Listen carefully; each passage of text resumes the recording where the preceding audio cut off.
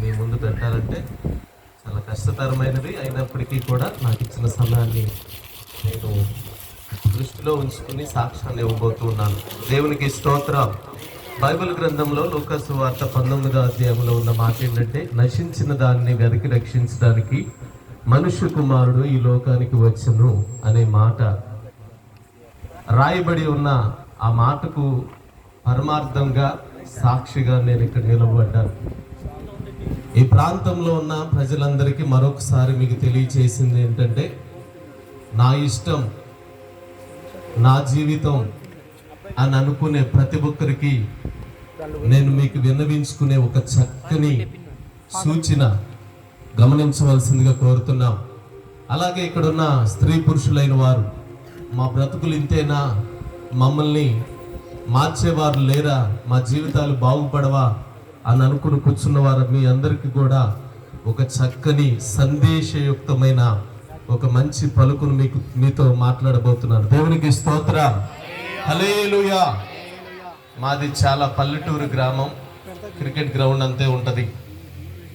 కోడూరు మండలంలో హంసల్దీవి బీచ్ పక్కన పాలకైతిప్ప అనే గ్రామం. మా నాన్నగారికి మా అమ్మగారికి 5గురు సంతానం. అందుట్లో ఒకే ఒక మగపిల్లోడిగా నేను పుట్టే 4వ వాడిగా. వారందరూ నట్టిల్లంత బంగారం అనుకున్నారు, కానీ నేను పుట్టింది మొదలుకొని నా జీవితంలో 21 సంవత్సరం వచ్చే వరకు కన్నీరు తప్ప ఆ ఇంట్లో ఏమీ లేదు. నా జీవితం చక్కగా 4 మధ్యలో నేను పుట్టానని చక్కగా అల్లారు ముద్దుగా పెంచుతుంటే, నేను మరింతగా ముద్దుగా పెరుగుతూ నాకున్న ఆశలన్నీ తీర్చుకోవడానికి రకరకాలవి తింటున్న దాన్ని బట్టి నాకు నెంబు అనే జబ్బు వచ్చింది. 7వ సంవత్సరంలో ఆ జబ్బు వచ్చిన తర్వాత 12 సంవత్సరాల వరకు నన్ను మా అమ్మ చాలా కష్టపడి అనేకమైన డాక్టర్ల దగ్గరికి తిప్పింది. కొందరు నెంబు అన్నారు, కొందరు ఉబ్బసం అన్నారు, కొందరు ఊపిరితిత్తులు అన్నారు, కొందరు గుండె ప్రాబ్లం అన్నారు. రకరకాల పరిస్థితుల్లో డాక్టర్ల వద్దకు తిరిగిన 5 సంవత్సరాల పాటు నా జీవితం వ్యాధులతోనే సరిపోయింది. చదువు అయితే పెద్దగా ఏం లేదు, చదివే పరిస్థితి కూడా లేదు. విపరీతమైన దగ్గు, ఎదురాలన్నీ నొప్పుతో ఈ కుర్రోడు ఒక్కగానొక్క కుర్రోడు ఇచ్చాడు అనుకుంటే మగపిల్లాడు ఇతను కూడా చనిపోతాడని జాలి కలిగి నా తల్లిదండ్రులకి మరి సానుభూతి చూపిస్తున్న వారు ఆ గ్రామస్తులు అందరూ ఉన్నారు. అలా నా జీవితం ఎదుగుతూ ఉండగా 12-13 సంవత్సరాలు వచ్చిన తర్వాత కొద్దిగా ఆ వ్యాధి తగ్గడం ప్రారంభించింది. నాకు ఉత్సాహంతో, మరి చదువు లేదు కనుక ఇండ్ల కాడ ఉన్న కుర్రోళ్ళతో తిరుగుతున్న దాన్ని బట్టి చక్కగా కొన్ని అలవాట్లు అబ్బని. సిగరెట్లు తాగడం మొదలు పెట్టాను, తర్వాత మందు తాగడం మొదలు పెట్టాను. మంచిగా సినిమాలకి చూడటానికి ప్రారంభించాం. అందరూ ఎంత డబ్బున్నా ఎక్కడో కూర్చుంటారు, కానీ మేము నేల టికెట్లో కూర్చుని డాన్సులు వేసేవాళ్ళమి, చాలామందిని ర్యాగింగ్ చేసేవాళ్ళమి. అలాగే దొంగతనాలు అలవాట్లయినాయి. ఆ దొంగతనాల కాడి నుండి నా జీవితం ఎక్కడికి వెళ్ళిందంటే, ఆ చిన్న చిన్న ప్రాంతాల దగ్గర నుండి హైదరాబాద్ మహాపట్టణంలో సినిమా హీరో రాజశేఖర్ని కొట్టే అంతవరకు వెళ్ళింది. చిరంజీవిని సినిమాలు తీసుకునేవాడు సినిమాలు తీసుకోవాలి, కానీ మరి ఇలా రాజకీయాల్లోకి రావడం మంచిది కాదు అనే సలహాపూర్వకమైన స్టేట్మెంటు సినిమా హీరో రాజశేఖర్ ఇచ్చినప్పుడు మేము 9 మంది కలిసి 3 కార్లు వేసుకుని వెళ్ళి తన వెంబడించి అక్కడ కొట్టామన్నమాట. మట్టలు చేయడం జరిగింది, మానభంగాలు చేయడం జరిగింది, ఇష్టానుసారమైన జీవితం తిరగడం జరిగింది. నా తల్లి బాగోక కొంతకాలం ఏడ్చిందంటే, మరికొంతకాలం ఈడెక్కడన్నా చనిపోతే బాగుండు, మరలా ఇంటికి తిరిగి రాకుండా వాడి వార్తలు ఏంటంటే కన్న కడుపు ఎంతో దుఃఖిస్తూ ఉండేది. అలా పెరిగిన నా జీవితంలో దేవాతి దేవుడు ఒక కేసు మీద నన్ను స్టేషన్లో పెట్టి పోలీసులు చక్కగా ఎరగ కుమ్ముడు కుమ్మేశారు. నన్ను మరలా ఏదైనా పాస్కి తీసుకెళ్లాలన్న 2 కానిస్టేబుల్కు నా 2 చేతులు వేసుకుని నడిపించుకెళ్తే కానీ ఆ సెల్లో నుండి బయటకు వచ్చే అంతటి బయటికి రాలేనంతటి బాగా కొట్టడం కూడా జరిగింది. కాళ్ళు కానీ ఎముకలు కానీ ఏమీ పైన చేయనంతగా పోలీసులు కొట్టడం జరిగింది. ఆ సమయంలో మా మేనమామ సేవకుడిగా ఉన్నాడు. చాలా మార్లు తన అక్క కొడుకు కనుక ఏడ్చారు, ప్రార్థన చేశారు. ఆ దైవజనులు చెప్పిన కొన్ని మాటలను బట్టి నాకు జ్ఞాపకం వచ్చి ఆ సెల్లో కడ్రాయర్తోనే ఉన్నాను. బన్నీలు కానీ షర్ట్లు కానీ ఏమి వండించరు, అవి ఉరేసుకుని చచ్చిపోతారని. వారు కొట్టిన దెబ్బలు తట్టుకోలేక మొలతాళ్ళు ఏమన్నా పెట్టుకుని చనిపోతారేమన్నా ఏమీ ఉండిచ్చేవారు కాదు. ఆ స్థితిలో నేను ఒక ప్రార్థన చేసుకున్నా. ప్రార్థన అంటే ఎక్కువగా మా మేనమామ ఉంటారు కనుక నేనేం చేసుకున్నానంటే, విజయవాడ మరియమ్మ కొండ ఉంది కదా, నేను ఈ స్టేషన్లో నుండి బయటికి రాగలిగితే కనుక నీ కొండకు వచ్చి 116 వేసుకుంటాను, నిన్ను నమ్ముకుంటాను అని చెప్పేసి, ఈ దేవుడు పరిచయం కాకపోయినప్పటికీ కూడా మరియమ్మ కొండకు వస్తానని మొక్కుబడి చేసుకున్నాను. ఏం జరిగిందో తెలియదు. ఉదయాన్నే 9:30, 10ంటికి ఎస్ఐ గారు వచ్చాడు. ఏదో కొన్ని ఫైల్స్ తీశారు, సెల్లో నుండి వాడిని తీసుకురమ్మని చెప్పేసి అన్నారు. ఏం జరిగిందో నాకైతే తెలియదు. నా గురించి ఎవరు రాలేదు, నన్ను పట్టించుకునే వారు లేరు. నా తల్లిదండ్రులు కూడా నా మొహాన్ని చూడటానికి ఇష్టపడట్లేదు. తీసుకొచ్చిన తర్వాత ఒక సంతకం పెట్టేసి, అరే నువ్వు వెళ్ళిపోరా అని చెప్పాడు ఎస్ఐ. మరి ఏం జరిగిందో నాకు తెలియదు. ఇక్కడ నుండి వెళ్తానికి కూడా నాకు ఛార్జీకి డబ్బులు లేవని అంటే, అతనే 150 రూపాయలు ఇచ్చి భోజనం చేసి ఛార్జీకి డబ్బులు పెట్టుకుని వెళ్ళిపోరా అని చెప్పారు. స్టేషన్లో నుండి బయటకు వచ్చారు. బయటకు వచ్చిన తర్వాత బ్రతుకు మారిందంటే ఏమాత్రం మారలేదు. అక్కడ నుండి కొందరు స్నేహితులతోనూ కొంత పని చేసుకుంటూను విపరీతమైన తాగుడు చేత ఇష్టానుసారమైన జీవితాన్ని జీవిస్తున్న నాకు ఒక రాత్రి భయంకరమైన నొప్పి వచ్చింది కిడ్నీలో నుండి. ఏంటి అంటే కనుక నాకు కిడ్నీలో స్టోన్స్ ఉన్నాయని చెప్పేసి అన్నారు. కొన్నిసార్లు ఇట్లాగే ఇబ్బంది పడితే అప్పుడు విపరీతమైన నొప్పి వస్తే, అప్పటి వరకు ఉన్న స్నేహితులు ఎవరు కూడా నన్ను ఆదరించిన వారుగా లేరు. నేను ఎవరికైనా ఫోన్ చేయడానికి కూడా ఫోన్ నా దగ్గర లేదు. నా బంధువులు ఎవరు కూడా నేనున్న స్థలాల్లో లేరు, నేను ఊర్లో లేను. ఎప్పటికైనా 6 నెలలకు ఒకసారి చుట్టం చూపుకు వచ్చినట్టు తల్లిదండ్రుల దగ్గరికి వచ్చేవాడిని. వాళ్ళు అసహించుకునేవారు, నేను 2 రోజులు ఏదో గజిబిజిగా తిరిగేసి వెళ్ళిపోయేవాడిని. అలా నా జీవితం కొనసాగుతూ ఉండగా విపరీతమైన నొప్పి వచ్చినప్పుడు నేను బయటకు వచ్చాను నా రూమ్లో నుండి. అక్కడ ఎవరు కనిపించట్లేదు. అర్ధరాత్రి 2 ఆ సమయం అవుతుంది. పిలువటానికి కూడా నా నోట్లో నుండి కేక బయటికి రావట్లేదు. అలాగే కూర్చోలేకపోతున్నాను, నుంచోలేకపోతున్నాను. బయటికి వెళ్ళాలనిపిస్తుంది, వెళ్ళినా ఏమీ కూడా రావట్లేదు. అంత విపరీతమైన నొప్పితో ఉంటూ రోడ్డు మీద నడుచుకుంటూ వెళుతూ ఒక గేటు దగ్గర పడిపోయాను. ఆ గేట్ సౌండ్ వచ్చింది, నేను తగిలి. ఆ గేటు లోపల నుండి ఒక అతను బయటకు వచ్చాడు, ఎవరైనా దొంగలు పడ్డారేమోనని. వస్తే ఆయన లేపి చూస్తే నేను ఈ డొక్కల్లో చేయి పట్టుకుని విపరీతమైన బాధను ఓర్చుకోలేని పరిస్థితిలో ఉంటే, అతడు నిజంగా ఆ దేవుడు నన్ను కరుణించాడు కనుక ఆర్ఎంపీ డాక్టరే ఆయన బయటకు వచ్చాడు. వాళ్ళింటి ముందే నేను పడ్డాను కనుక ఆ సమయంలో కూడా నేను ఒక ప్రార్థన చేశాను. నా తల్లిదండ్రులు ఉన్నారు, నాకు అక్క చెల్లెళ్ళు 4 ఉన్నారు, వారు చక్కని జీవితాలు ఉన్నారు. నా మేనమామ చక్కని పాస్టర్ గారు ఉన్నారు, అనేకులకు బోధించే వ్యక్తి. ఇంతమందిని విడిచిపెట్టి నేను ఇక్కడ చనిపోతే నా శవాన్ని తీసుకెళ్ళటానికి కూడా ఎవరు రారు. ఒకసారి నాకు ఈ జీవితాన్ని ఇవ్వు ప్రభు అని చెప్పేసి చిన్న ప్రార్థన చేసుకుంటా వెళ్తా ఉండంగానే ఒక గేటు గడ పడిపోతే ఆర్ఎంపీ డాక్టర్ వచ్చాడు, బయటకు వచ్చాడు, ఒక ఇంజెక్షన్ చేశాడు, మంచినీళ్ళు తాగించి ఒక బెళ్ళేశాడు. నార్మల్ అయింది. నేను మరలా నా రూమ్కి వెళ్ళి అక్కడి నుండి విజయవాడ ప్రాంతం నుండి సొర్లగొంది వరకు, మా ఇంటికి వెళ్ళటానికి కూడా నాకు ఇష్టం లేక సొర్లగొంది మా మేనమామ గారు సేవ చేస్తుంటే అక్కడ వరకు నడుచుకుంటూ వచ్చేసాను. డబ్బులు లేవు, ఏమీ లేవు, ఎవరిని అడిగినా ఇచ్చే పరిస్థితి కూడా కాదు. కనుక నన్ను ఎవరు పట్టించుకునేవాళ్ళు కాదు. మెయిన్ నన్ను పలకరించడానికి కూడా చాలా భయపడేవాళ్ళు. అలాంటి పరిస్థితిలో ఉన్న నా జీవితం మరి వచ్చేస్తే దైవ సేవకుల దగ్గర ఉండి 2 మంచి మాటలు విని నేను కూడా మారిపోదామని అనుకున్నాను. కానీ మా మామయ్య నన్ను చూడంగానే చాలా భయపడ్డాడు. అమ్మో ఈ దరిద్రుడు నా దగ్గరికి వచ్చాడు, ఇక్కడికి వచ్చి ఏదన్నా చేశాడంటే నా సేవ అంతా పాడైపోద్ది అని చెప్పేసి నేను వచ్చి పడుకున్నాక నేను లేచేసరికి మమ్మని, మా నాన్నని, ఇంకా కొంతమందిని పిలిపించేసి దయచేసి ఇండి మా దగ్గర నుండి తీసుకెళ్ళిపోండి అన్నారు. అంతటి దారిద్ర్యమైన జీవితం ఒక సేవకుడు కూడా సేదరించుకున్నాడు అంటే కనుక అంత వ్యర్థమైన జీవితాన్ని జీవిస్తున్న నన్ను దేవుడు బలపరిచి నేను మా ఇంటికి వెళ్ళిపోయాను. ఇక ఇంట్లో నుండి బయటికి రావట్లా. స్నేహితులు ఉన్నారు, రకరకాల అలవాట్లు ఉన్నాయి. కానీ నేను ఆలోచన చేస్తా ఉన్నాను. ఆదివారం సంఘం పెట్టి పాటలు నడిపిస్తున్నారు, అక్కడికి వెళ్ళాలని ఆశ కలిగింది. నేను కూడా పాలకైతే పని గ్రామంలో ఒక సంఘంలోనికి అడుగు పెడితే ఇలా కూర్చున్న వాళ్ళందరూ నేను ఎట్లా వస్తుంటే ఇట్లా తిరిగి చూస్తున్నారు. అమ్మో ఈడేంటి ఇక్కడికి వచ్చారన్నట్లుగా. అయినా పర్లేదని చక్కగా ఎదరికెళ్ళి కూర్చున్నాను. ఏం మాట్లాడలేదు. ఒక అతను మాట్లాడితే కాసేపు వచ్చి కూర్చుని వెళ్దాం అనుకున్నాను. కాసేపు ఏంటి, వారం రమ్మని చెప్పేసి కూడా అన్నారు. అయితే అట్లా నిదానంగా వెళుతూ నేను నా జీవితాన్ని మార్చుకుని ప్రభు యొక్క మాటలను అంగీకరించి నవంబర్లో జరుగుతున్న ఉపవాస కూడికల్లో బాప్తీసాన్ని పొంది ప్రభువుకు నన్ను నేను అప్పగించుకున్నాను. ఆనాటి నుండి ఈనాటి వరకు దేవుడు అనేకమైన విధాలుగా నన్ను నడిపిస్తూ ఉన్నాడు. ఈరోజు ఈ సమయంలో నేను మీతో చెప్పాలంటే కనుక దేవుని నామ ఘనతను బట్టి ఒక 500 మంది పట్టే చర్చిని నేను కట్టగలిగాను. దేవునికి స్తోత్రం.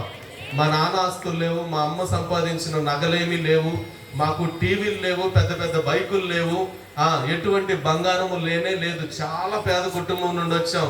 మా నాన్న మా అమ్మ సంపాదించిందంతా కూడా మా అక్కలకి పెళ్లి చేయటమే సరిపోయింది, కానీ వెనకేసింది ఏం లేదు. అప్పటి నుండి ఇప్పటి వరకు అప్పులు చూస్తానే వచ్చాం.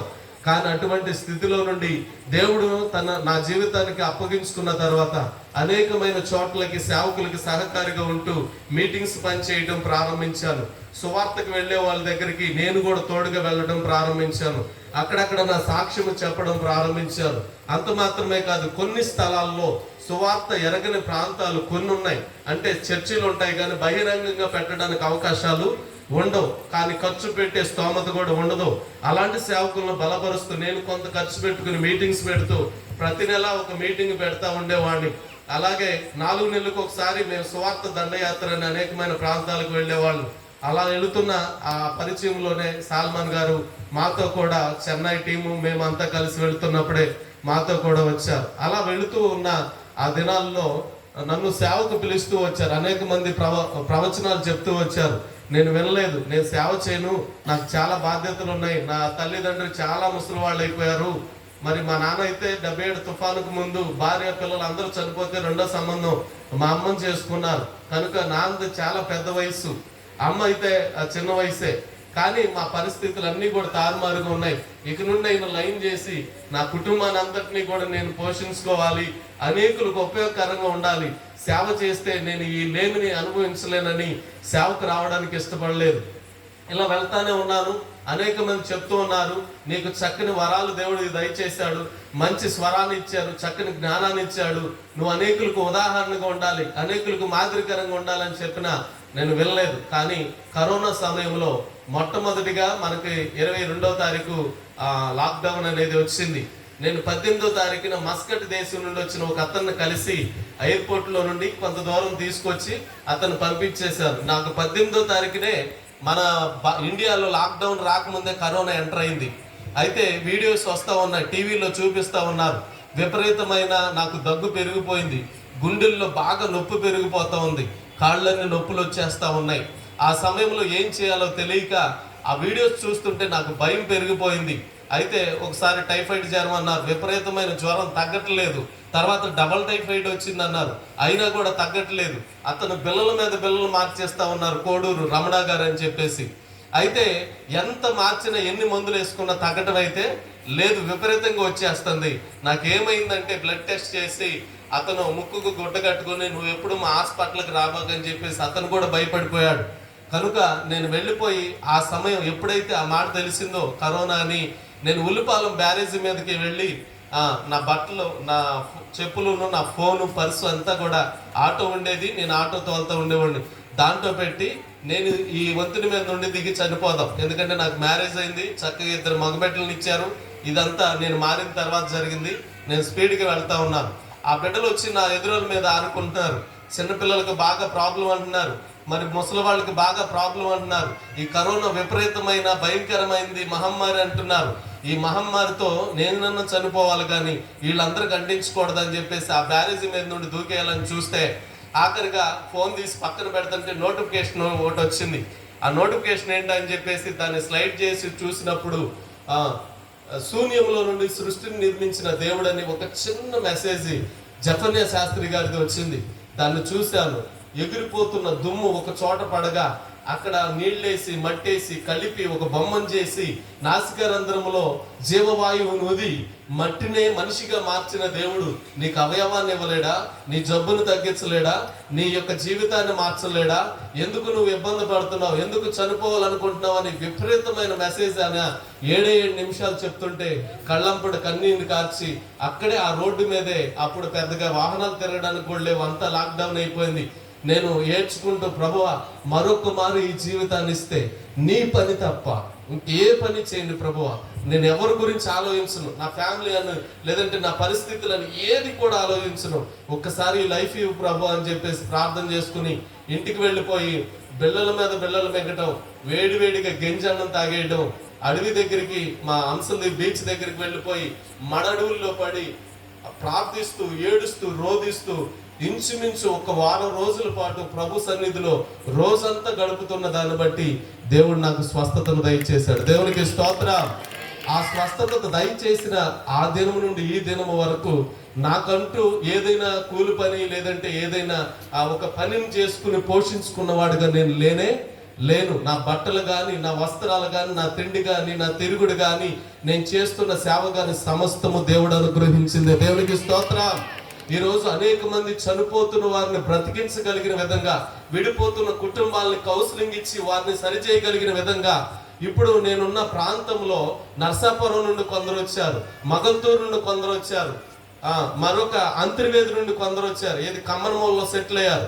ఇలాంటి దైవజనుడి దగ్గర మేము ఉండాలి, ఈ సేవలో మేము పాలు పొందాలని వాళ్ళు అక్కడి నుండి ఇక్కడికి వచ్చి స్థలం కొనుక్కుని ఇల్లు కట్టుకుని నాకు తోడుగా ఉన్నారు. అటువంటి సేవను జరిగిస్తున్న ఆ దేవుడు ఎంతకంటే భయంకరమైన జీవితం జీవించిన వారు ఇక్కడ చాలా మంది లేరు. మీ కుటుంబాల్లో కూడా ఎవరు లేరు. అంతటి దారిద్ర్యమైన జీవితాన్ని మార్చి ఎంత ఘనంగా నిలబెట్టిన ఆ దేవునికి నేను ఎంతగానో కృతజ్ఞుడై ఉన్నాను. కనుక నా జీవితంలో జరిగిన అనేకమైన సంఘటనలు చెప్పడానికి నేను ఇష్టపడట్లేదు. కానీ క్యాన్సర్ రోగులు బాగుపడ్డారు, మరణానికి వెళ్ళిపోయి ఫోన్ చేసి మాట్లాడి తిరిగి వచ్చి వారి జీవాన్ని పొందుకుని ఈరోజు నమ్మకంగా దేవునిలో సాగుతున్న వారు ఉన్నారు. నా సాక్ష్యాన్ని విని నేను చేస్తున్న పరిచర్యను చూసి ఇంచుమించు 18 మంది సేవకులుగా మార్చబడిన వారు ఉన్నారు. దేవునికి స్తోత్రం. నా చేతులతో ఇప్పుడు వరకు కనీసం 38 మందికి నేను బాప్తీసం ఇచ్చాను. ఇప్పుడు 2 సంఘాలు నడిపిస్తున్నాను, ఒకటి భీమవరం దగ్గర, మరొకటి కమ్మనమూలలో. నా జీవితాన్ని బంగారు బాటగా మార్చిన ఆ దేవుడు అందరికి వ్యర్థమైన వాడిని. మా అమ్మ నాన్నైతే ఒకసారి విషం పెట్టి చంపేయాలనుకున్నారు, ఎందుకు ఈడుతో పడే పాటలని. కానీ దేవుడు నన్ను బతికించాడు, అనేక మంది బ్రతకడానికి కారకుడిగా చేశాడు. దేవునికి స్తోత్రం. హల్లెలూయా. అటువంటి గొప్ప దేవుణ్ణి నమ్ముకున్న నా జీవితాన్ని మార్చిన దేవుడు మీ జీవితాలను మారుస్తాడు. సహోదరులారా, ఎక్కడో ఏవేవో ఎడిట్ అయిపోయాము, ప్రేమలో పడిపోయాం, తాగుడుకు బానిసలుగా మార్చిపోయాం, చాలా రౌడీగా తిరిగేసాం, ఇక నన్ను నమ్మేవాళ్ళు లేరు, ఇక నేను ఇంతే తిరగాలి కానీ ఇక నన్ను బాగు చేయడానికి ఎవరి వల్ల కాదు అని అనుకుంటున్న వారులారా, మీకు పాదాభివందనం చేస్తూ నేను ఒక సలహా ఇస్తున్నాను. నా దేవుడు గొప్ప దేవుడు. దేవునికి స్తోత్రం. ఈ రాత్రి నిన్ను పలకరించబోతున్న దేవుడు, నీ యొక్క కుటుంబంలో కార్యము చేసే దేవుడు, నీ జీవితాన్ని మార్చి నీ తల్లిదండ్రులకి నీ బంధువులకి ఉపయోగకరంగా చేసే దేవుడు నా దేవుడు. ఎందుకు పనికిరాని నా జీవితాన్ని నా పక్కనున్న వారు కూడా పలకరించి ముద్ద పెట్టడానికి కూడా ఆలోచించే నా జీవితానికి ఈ రోజు అనేక మందికి ఉపయోగకరంగా చేసిన నా దేవుడు మరొకసారి మిమ్మల్ని పలకరిస్తూ రండి దేవుని యొద్దకి. ఆయన నశించిపోతున్న జీవితాలను బాగు చేయడానికి వచ్చాడు. పాపపు స్థితిలో ఉన్న వారిని మార్చి పరిశుద్ధులుగా చేయడానికే వచ్చాడు. లేమిలో ఉండి చావుకు లోనైన వారిని బ్రతికించి జీవమును ఇవ్వడానికే ఆయన వచ్చాడు. ఈయన మతాన్ని ప్రచారం చేయడానికి కాదు, ఈయన ఏదో ఆస్తులు సంపాదించుకోవడానికి కాదు, సంపాదించేలాగా చేయడానికి కాదు. పాడైపోయిన జీవితాలు, చితికిపోయిన జీవితాలు, మోడిపారిపోయిన జీవితాల్ని చిగురు పెట్టించడానికి వచ్చిన ఈ దేవుడు వ్యర్థంగా చూడొద్దండి. ఏదో కులానికి చెందిన దేవుడు కాదండి, ఏదో దేశానికి చెందిన దేవుడు కాదండి. నన్ను మార్చిన దేవుడు. నేను కృష్ణా జిల్లాలో ఆంధ్రప్రదేశ్ లో కోడూరు మండలంలో పాలకతిప్పలో జన్మించిన వ్యక్తిని. ఇప్పటికైనా నా గురించి తెలుసుకోవచ్చు. నాకు పెద్దగా వయసు ఏం అవ్వలేదు, పాతవారు ఎవరు లేరు, పెద్దవాళ్ళు కానీ చిన్నవాళ్ళు కానీ ఈ ఆడవాళ్ళు కానీ ఎవరైనా ఆనాటి కాలంలో అంత అసహ్యమైన జీవితాన్ని ఈ రోజు దేవుడు బంగారు భవిష్యత్తుగా మార్చాడని సాక్ష్యాన్ని మా ఊర్లో మీరు వింటారు. దేవునికి స్తోత్రం. నీ జీవితం గురించి కూడా సాక్ష్యాన్ని వినేటట్లుగా చేస్తాడు. సహోదరులారా, ఎక్కడున్నా సరే ఒక్కసారి ఈ మీటింగ్ స్థలాన్ని దగ్గర రండి, ఒక్కసారి వినబడుతున్న ఈ మాటలను ఆలకించండి, ఒక్కసారి నాకు కూడా అవకాశం ఇవ్వు ప్రభువా అని పిలిచి చూడండి. నా దేవుడు ఈ రాత్రి నిన్ను దర్శిస్తాడు. ఈ రాత్రి నీకు ఒక మంచి ఆలోచన ఇస్తాడు. దేవునికి స్తోత్రం. కనుక నన్ను మార్చిన నా దేవునికి కృతజ్ఞుడిగా అనేక చోట్ల సాక్ష్యం చెప్తూ దేవుని పరిచర్యను కొనసాగిస్తూ ఉన్న నా జీవితానికి ఈరోజు గొప్ప దైవ శక్తులు అభిషక్తులు రావాల్సిన పరిస్థితి, కానీ వారు రాలేని పక్షంగా వారికి బదులుగా దేవుడు మరి ఈ యొక్క సమయాన్ని నాకు అనుగ్రహించారు.